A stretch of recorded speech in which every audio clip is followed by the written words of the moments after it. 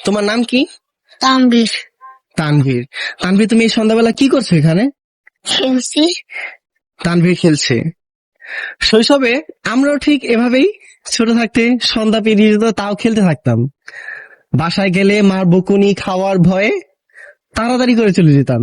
এখানে দেখুন কার সাথে দেখা হয়েছে।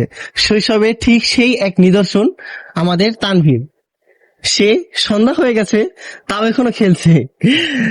তানভীর, তুমি কোন ক্লাসে পড়ো? আহ, আহ, আমার মা জানে। তোমার মা জানে। তুমি কি আগে আমি পেলেতে পারতাম। আগে তুমি প্লেতে পড়তা? হুম। তো এখন যে এতক্ষণ ধরে যে তুমি খেলছো, বাহিরে আছো, সন্ধ্যা হয়ে গেছে, তোমার মা তোমাকে বকুনি দেবে না? দেবে না?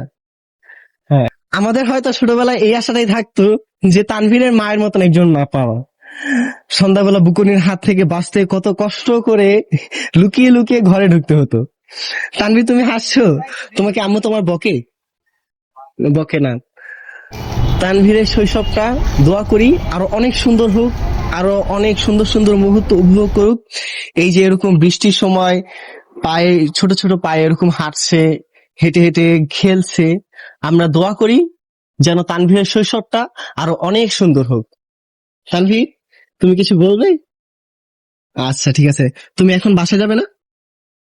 হ্যাঁ। তানভীর একটা লক্ষ্মী ছেলে, তাই সে এখন বাসায় চলে যাবে। সবাই ভালো থাকবেন। আল্লাহ হাফেজ।